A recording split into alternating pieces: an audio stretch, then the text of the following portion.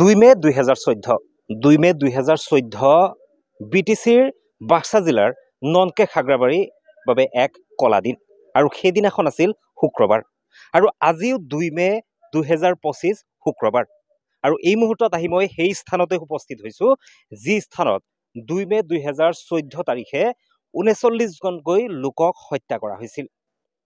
বৃদ্ধ মহিলা শিশুকে আদি কৰি 39জনকৈ লোকক দাৰে ঘপিয়াই গুলিয়াই আনকি যি পাৱাৰ পাম্প মেচিন সেই মেচিনতো এটা শিশুক মৰিয়াই হত্যা কৰা হৈছিল আৰু আজি 11টাকৈ বছৰ পাৰ হৈ গ'ল কিন্তু যিসকল ভুক্তভোগী সেই ভুক্তভোগীসকলে আজিও কিন্তু তেওঁলোকে ন্যায় নাপালে।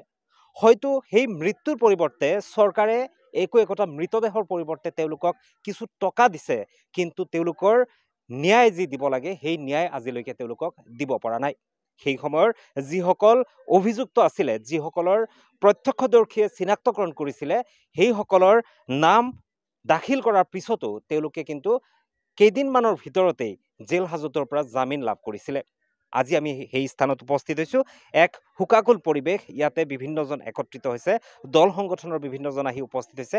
আমি ইয়াৰে যিসকল ভুক্তভোগী আছে বা যিসকল পৰিয়ালৰ লোক মৃত্যু হৈছিলে সেই ভুক্তভোগীসকলৰ কথা আমি জানিবলৈ চেষ্টা কৰিম। তেওঁলোকৰ আচলতে এতিয়া মনৰ অনুভৱ কেনেকুৱা বা কাৰ কেনেকুৱা কি হৈছিলে সেই সমগ্ৰ বিষয় লৈ পেলাই আজিৰ এই দিনটোত আলোচনা কৰিম। কিন্তু এটা কথা ক'বই লাগিব যে এই কলা দিনটোত যাতে যিসকলৰ আত্মীয় মৃত্যু হৈছে যাৰ পুত্ৰ হেৰুৱাইছে যাৰ মাতৃ হেৰুৱাইছে এনেকুৱা ঘটনা এই পৃথিৱীৰ বুকুত আৰু কেতিয়াও দুনাই নহওক আমি তাৰে কামনা কৰিম। আমি এই মুহূৰ্তত এই ননকে খাগ্ৰাবাৰীত উপস্থিত হৈ সেই ভুক্তভোগীসকলৰ বৰ্তমানৰ কি পৰিস্থিতি বা কেনেকুৱাকৈ তেওঁলোকে জীৱন নিৰ্বাহ কৰি আছে কিছু কথা পাতিবলৈ যত্ন কৰিম। হয়, ন্যায় পোৱা নাই। আমি আল্লাহৰ ওচৰত দোয়া কৰিলোঁ। আজি মে মাহৰ 2 তাৰিখ আমাৰ স্ত্ৰী হয়তো শ্বহীদ হৈছিল। আমাৰ স্ত্ৰীৰ লগত আৰু 39জন মানুহ এই গাঁৱত ইন্তেকাল হৈছে, মাৰা গৈছে। আমি PSO FIR কৰিছোঁ। চৰকাৰ এতিয়া কি কৰে চৰকাৰৰ ওপৰত আমি ভৰসা কৰিছোঁ। আৰু আমি এতিয়া প্ৰমোদ বড়োৰ কাছত আগত আমি হয়তো এতিয়া আবেদন জনাম যে আমাৰ এই 39জন হত্যাৰ আমি ন্যায় পাওঁ বা বিচাৰ পাওঁ। এইটো আমি ইতিমধ্যে আমি প্ৰমোদ বড়ো চৰকাৰৰ ওচৰত যাম। ননকে খাগ্ৰাবাৰীৰ হত্যাকাণ্ড 11টা বছৰ পাৰ কৰিলে যদিও এতিয়ালৈকে তাৰ স্থানীয় বাসিন্দাসকলৰ জীৱনৰ নিৰাপত্তা দিয়াত যেন ব্যৰ্থ হৈছে অসম চৰকাৰ তথা অসম আৰক্ষী। আৰু এই স্থানতে আৰক্ষীৰ বাবে যি এক পহৰা চকী স্থাপন কৰা হৈছে সেই পহৰা চকীত খুদ নিৰাপত্তাৰক্ষী এতিয়া ভুগিছে নিৰাপত্তাহীনতাত। আমি লজ্জিত অনুভৱ কৰিছোঁ কাৰণ ইতিমধ্যে আপোনালোকে গম পায় যে 2014 চনত 2 মে তাৰিখে এই ননকে খাগ্ৰাবাৰীত যি ঘটনা সংঘটিত হৈছিলে এক ভয়ানক ঘটনা সংঘটিত হোৱাৰ পিছত কিন্তু এই ননকে খাগ্ৰাবাৰীত এই মানুহখিনিৰ নিৰাপত্তা দিয়াৰ কাৰণে কেইবাগৰাকী পুলিচ বিষয়াসকলে এটা কেম্প তৈয়াৰ কৰি দিছিলে। কিন্তু দেখা গৈছে 2-3 বছৰ পিছত এই কেম্পখন উঠাই লোৱাৰ এটা পৰিকল্পনা ৰচনা কৰিছিলে। আমি আমচু ফালৰ পৰা আমি জিলা উপায়ুক্ত মহোদয়ক জিলা পুলিচ বিষয়াৰ লগত আলোচনা কৰি এই কেম্পখন ৰখাৰ কাৰণে আমি চিন্তা কৰিছোঁ। ইতিমধ্যে কেম্পখন আছে যদিও কোনো ধৰণৰ নিৰাপত্তাৰ ক্ষেত্ৰত কোনো ধৰণৰ তেওঁলোকে গুৰুত্ব আৰোপ কৰিব দেখাবলৈ পোৱা নাই কাৰণ তেওঁলোকৰ নিৰাপত্তা নাই। আমি তেওঁলোকৰ লগত আলোচনা কৰিলোঁ কিন্তু তেওঁলোকে যেতিয়া হাতী আহে তেওঁলোকে যে হাতীখন ৰখাবলৈ তেওঁলোকৰ উপযুক্ত পৰিমাণে ইয়াত ব্যৱস্থা নাই। মই অসম চৰকাৰ বা BTC চৰকাৰ এটা কথাই দাবী জনাইছোঁ কাৰণ এই যদি আপোনালোকে ননকে খাগ্ৰাবাৰী মানুহখিনিক নিৰাপত্তা দিবলৈ বিচাৰিছে তেনেহ'লে ইয়াত থকা এটা কেম্প পুলিচ কেম্প আপোনালোকে তৈয়াৰ কৰিছে এই পুলিচ কেম্পখন অলপ শক্তিশালী কৰক কাৰণ যদি কোনো ধৰণৰ উগ্ৰপন্থী বা বিষয় যদি ইয়াত যদি আক্ৰমণ কৰিবলৈ আহে তেনেহ'লে কিন্তু এই আৰক্ষী বিষয়াৰ দ্বাৰা নিয়ন্ত্ৰণ হ'ব বুলি আমি বিশ্বাস কৰা নাই। আমি দাবী জনাইছোঁ এটা কেম্প যাতে ভাল এটা কেম্প ইয়াত অনুষ্ঠিত কৰে কাৰণ ইতিমধ্যে দেখাবলৈ পাইছে যে ইয়াত কমচে কম এতিয়াও 70 বা 80 মানুহ ইয়াত বসবাস কৰি আছে। ইমান ভিতৰৰ এটা অঞ্চল সকলোৱে এটা আতংকিতময় পৰিৱেশত বসবাস কৰি আছে। 11টা বছৰ অতিক্ৰম কৰাৰ পিছত এনেকুৱা নিৰাপত্তাহীন ভুগি আছে মানুহখিনি। মই অসম চৰকাৰ বা BTC চৰকাৰৰ অনুৰোধ জনাইছোঁ এই কেম্পখন যাতে অলপ শক্তিশালী কৰে, এই কেম্পখন আৰু অধিক নিৰাপত্তা দিয়াৰ ব্যৱস্থা কৰে আৰু অধিক প্ৰশাসনৰ ব্যৱস্থা কৰিবলৈ আমি আমচু ফালৰ পৰা দাবী জনাইছোঁ। এক অতিকৈ দুৰ্ভাগ্যজনক কথা হৈছে যে যিখন ঠাইত কেৱল মাত্ৰ 11 বছৰ পূৰ্বে প্ৰায় 40জনকৈ লোকক হত্যা কৰা হৈছিলে দিনৰ পোহৰত আৰু সেই স্থানত কিন্তু আজি নিৰাপত্তাৰক্ষীৰ যিসকল আছে তেওঁলোকেই কিন্তু নিৰাপত্তাহীনতাত ভুগি আছে বুলি ইতিমধ্যে সংগঠনৰ প্ৰতিনিধিসকলে উল্লেখ কৰিছে। আৰু এই যি সমগ্ৰ বিষয় বা দল সংগঠনৰ বিষয়ববীয়াসকলেও আন দলৰ বিষয়ববীয়াসকল উপস্থিত আছে, তেওঁলোকৰ সৈতেও আমি এই মুহূৰ্তত কথা পাতিবলৈ চেষ্টা কৰিম। বিশ্বৰ বুকুত নজিৰবিহীন ঘটনা বুলি ক'ব লাগিব। আজি বাক্সা জিলাৰ নৰসিংবাৰীত 1 মে তাৰিখে 3জনকৈ মানুহক হত্যা কৰা হৈছিলে, দুৰ্বৃত্তই হত্যা কৰিছিলে। আৰু 2 মে তাৰিখে অৰ্থাৎ আজিৰ দিনটোতে ননকে খাকৰাবাৰী অৰ্থাৎ নাৰায়ণগুৰিত 39জন মানুহক হত্যা কৰা হৈছিলে। আৰু হত্যা কোনে কৰিছিলে আপোনালোকে জানে, আমিও জানো, প্ৰত্যেকেই জানে। সেই সময়ৰ উগ্ৰপন্থী সংগঠন NDFBৰ দ্বাৰাই হত্যাকাণ্ড সংগঠিত কৰা হৈছিলে। বড়ো উগ্ৰপন্থীসকলে এই হত্যাকাণ্ড সংগঠিত কৰিছিলে। আৰু সেই সময়ত হাগ্ৰামা মহিলাৰী নেতৃত্বাধীন BTADত চৰকাৰ চলি আছিলে। আৰু অসমত তৰুণ গগৈ নেতৃত্বাধীন অসম চৰকাৰ চলি আছিলে। আৰু সেই সময়ত ধাৰাসাৰভাৱে আমাৰ সংখ্যালঘু মানুহক নাৰায়ণগুৰি আৰু নৰসিংবাৰীক হত্যা কৰা হ'ল। তাৰ পিছৰ পৰা বিভিন্ন দল সংগঠনৰ সমান্তৰালভাৱে আমছু আৰু ABAMSU যৌথভাৱে আন্দোলনৰ কাৰ্যসূচী হাতত লোৱা হৈছিলে, দাবী উত্থাপন কৰা হৈছিলে, ভুক্তভোগী পৰিয়ালক ন্যায় প্ৰদান কৰিব লাগে আৰু ভুক্তভোগী পৰিয়ালক উপযুক্ত ক্ষতিপূৰণৰ ব্যৱস্থা কৰিব লাগে। কিন্তু আজিলৈকে সেই ভুক্তভোগী পৰিয়ালে ন্যায় পোৱাটো দূৰৰ কথা, ক্ষতিপূৰণৰ উপযুক্ত নাপালে।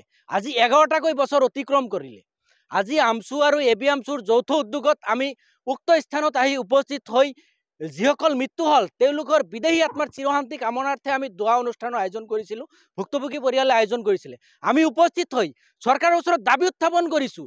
বৰ্তমানৰ যি BJP চৰকাৰ আৰু বৰ্তমানৰ যি UPPL চৰকাৰ, আচলতে আমি ভাবিবলৈ বাধ্য হৈছোঁ, কেইবা বছৰ ধৰি আমি দাবী উত্থাপন কৰি আহিছোঁ। আমাৰ দাবীৰ প্ৰতি UPPL চৰকাৰেই হওক, BJP চৰকাৰেই হওক, কোনো ধৰণৰ গুৰুত্ব দিয়া নাই। আৰু গুৰুত্ব এই কাৰণেই দিয়া নাই, আমি ভাবিবলৈ বাধ্য হৈছোঁ, সেই সময়ত যিসকল উগ্ৰপন্থী আছিল, যিসকল দুৰ্বৃত্ত আছিল, সেই দুৰ্বৃত্তসকল বৰ্তমান UPPL দলৰো হৰ্তাকৰ্তা হৈ আছে আৰু BPF দলৰো হৰ্তাকৰ্তা হৈ আছে। যাৰ কাৰণেই নেকি UPPL আৰু BPF দুয়োটা দলৰ যি মুৰব্বী প্ৰমোদ বড়ো আৰু হাগ্ৰামা মহিলাৰী ডাঙৰীয়া, দুয়োজনেও কিন্তু এই হত্যাকাৰীসকলক গ্ৰেপ্তাৰ কৰি দৃষ্টান্তমূলক শাস্তি দিয়াৰ ব্যৱস্থা নকৰিলে কোনো এখন চৰকাৰীলৈ, আৰু ভুক্তভোগী পৰিয়ালসকলক ন্যায় প্ৰদান নকৰিলে। আমি দাবী উত্থাপন কৰিছোঁ, বৰ্তমানৰ যি UPPL চৰকাৰ আৰু BJP চৰকাৰক দাবী উত্থাপন কৰিছোঁ, অচিৰে সেই হত্যাকাৰীসকলক গ্ৰেপ্তাৰ কৰিব লাগে, গ্ৰেপ্তাৰ কৰি উপযুক্ত শাস্তি দিয়াৰ ব্যৱস্থা কৰিব লাগে আৰু ভুক্তভোগী পৰিয়ালসকলক ন্যায় দিয়াৰ ব্যৱস্থা কৰিব লাগে। আৰু যদি নকৰে, বৰ্তমানৰ UPPL চৰকাৰ আৰু BJP চৰকাৰ যদি কোনো ধৰণৰ ব্যৱস্থা নকৰে, তেতিয়াহ'লে অনাগত দিনত BPFৰ দৰে UPPLকো উচিত শিক্ষা এবাৰ দিয়া হ'ব। হয়, আপোনালোকে জানে যে 2014 চনৰ 1 মে আৰু 2 মে তাৰিখে বাক্সা জিলাৰ হালবাৰী মহকুমাৰ অন্তৰ্গত নৰসিংবাৰীত 3জনকৈ নিৰীহ মানুহ আৰু ননকে খাগৰাবাৰীত 38জনকৈ নিৰীহ মানুহক আৰু 2জন এতিয়ালৈকে নিখোজ। তো বড়ো উগ্ৰপন্থীয়ে NDFBয়ে নিঃসংগভাৱে হত্যা কৰিছিল। তাৰ ভিতৰত শিশু, মহিলা, বৃদ্ধ সকলোৱে আছিল। কিন্তু সময় যাই আছে, চৰকাৰ যাই আছে, আহি আছে, কিন্তু এওঁলোকৰ যি ক্ষতিপূৰণৰ কোনো ব্যৱস্থাই নাই। তেতিয়াৰ আমাৰ হাগ্ৰামা মহিলাৰী চৰকাৰ আছিল আৰু ষ্টেটত আছিল আমাৰ কংগ্ৰেছ চৰকাৰ। হাগ্ৰামা চৰকাৰৰ পতন হ'ল, কংগ্ৰেছ চৰকাৰ গ'ল, কোনো বিধি ব্যৱস্থা নহ'ল বা উপযুক্ত ক্ষতিপূৰণ নাপালে পৰিয়ালবিলাকে। এতিয়া BTCত প্ৰমোদ বড়োৰ চৰকাৰ হ'ল, কিন্তু প্ৰমোদ বড়ো চৰকাৰেও এই ভুক্তভোগী পৰিয়ালবিলাকক ক্ষতিপূৰণ নিদিলে, এতিয়ালৈকে নিদিলে। কিন্তু তাৰ সমান্তৰালকৈ এটা বস্তু দেখা যায় যে যি BTR চুক্তি হ'ল, এই BTR চুক্তিত যিসকল NDFB স্বাক্ষৰ কৰিলে, যে গোটেই BTCত যিবিলাক কুটাঘাত সংগঠিত কৰিছিলে এওঁলোকক সংস্থাপন দিয়া হ'ল। যিসকলে হত্যা কৰিলে মানুহক, বিভিন্ন সময়ত মানুহক BTCত হত্যা কৰিলে, এওঁলোকে সংস্থাপন পালে বা ক্ষতিপূৰণ পালে চৰকাৰৰ ফালৰ পৰা। কিন্তু দুৰ্ভাগ্যজনকভাৱে আমি প্ৰশ্ন উত্থাপন কৰিবলৈ বাধ্য হৈছোঁ, এইবিলাক মুছলিম মানুহ হোৱাৰ কাৰণে ক্ষতিপূৰণ নাপালে নেকি, নাপালে নেকি? আমাৰ ABAMSৰ ফালৰ পৰা এটাই আহ্বান, যিসকল ভুক্তভোগী পৰিয়ালে ক্ষতিপূৰণ পোৱা নাই, এওঁলোকে উপযুক্ত ক্ষতিপূৰণ পাব লাগে। আৰু যিখিনি কেছবিলাক মানে গোচৰাধীন হৈ আছে, সেইবিলাক আইনত দেখা যাব, কোৰ্টত দেখা যাব। তো এইবিলাক যিবিলাক মানে ক্ষতিপূৰণ এতিয়ালৈকে পোৱা নাই, তেওঁলোকে ক্ষতিপূৰণ পাব লাগে। আৰু যদি ক্ষতিপূৰণ নাপায়, অনাগত সময়ত যেনেকৈ BPF চৰকাৰ BTCৰ পৰা পতন হৈছে, তেনেকৈ নিশ্চয় ৰাইজে UPPL আৰু BJP চৰকাৰকো বিদায় দিয়াৰ পৰিকল্পনা চলাই আছে, আৰু এইটো নিশ্চয় সম্ভৱ হ'ব বুলি আশাবাদী। হয়, সেই সময়ত চৰকাৰ আছিলে BPFৰ চৰকাৰ আৰু পৰৱৰ্তী সময়ত BTRত গঠিত হ'ল UPPLৰ চৰকাৰ। সময় বৈ গ'ল নদীৰ দৰে, সকলোৱে কিছু পৰিমাণে পাহৰি গ'ল। কিন্তু দুখ পাহৰা নাই সেইসকল ব্যক্তিয়ে যিসকলৰ নিজৰ পৰিয়ালৰ কাৰোবাৰ পিতৃ, কাৰোবাৰ মাতৃ, কাৰোবাৰ সন্তান এই বুকুৰ পৰা হেৰাই গ'ল। ৰাতিৰ অন্ধকাৰত বা কোনোবা জংঘলত নহয়, দিনৰ পোহৰত স্পষ্টভাৱে সুপৰিকল্পিতভাৱে, কিয়নো ইতিমধ্যে বিভিন্নজনে উল্লেখ কৰিছে সুপৰিকল্পিতভাৱে এই হত্যাকাণ্ড সংঘটিত হোৱা বুলি বিভিন্নজনে অভিযোগ উত্থাপন কৰিছে। কিন্তু আজিৰ দিনতো কিন্তু সেই ভুক্তভোগীসকলে তেওঁলোকৰ ন্যায় নাপালে, আনকি তেওঁলোকৰ যি উপযুক্ত ক্ষতিপূৰণ দিয়াৰ প্ৰতিশ্ৰুতি আছিলে সেই প্ৰতিশ্ৰুতি আনকি BTC চৰকাৰেই হওক বা ৰাজ্য চৰকাৰেই হওক কোনেও কিন্তু পূৰণ নকৰিলে। এয়া ইতিমধ্যে সংগঠনৰ প্ৰতিনিধিসকলে তেওঁলোকৰ ভাষ্য প্ৰদান কৰিছে আৰু সময় যিহেতু সমাগত BTC নিৰ্বাচনৰ, গতিকে BTC নিৰ্বাচনত এই বিষয়টোৱে যথেষ্ট গুৰুত্বপূৰ্ণ বিষয় হিচাপে স্থান লাভ কৰিব বুলিও ইতিমধ্যে তেওঁলোকৰ ভাষ্যৰ পৰা বুজি পোৱা গৈছে। গতিকে পৰৱৰ্তী সময়ত BTC চৰকাৰ বা ৰাজ্য চৰকাৰ, হিমন্ত বিশ্ব শৰ্মা নেতৃত্বাধীন এই চৰকাৰখনে BTCৰ এই বাক্সা জিলাৰ ননকে খাগ্ৰাবাৰীৰ সেই 39জনকৈ লোকৰ যি নৰহত্যা, সেই নৰহত্যাৰ বিচাৰ তেওঁলোকে কেনেকৈ কৰে বা ভুক্তভোগীসকলক কেনেদৰে ন্যায় প্ৰদান কৰে, সেয়া সময়ত হ'ব লক্ষণীয়।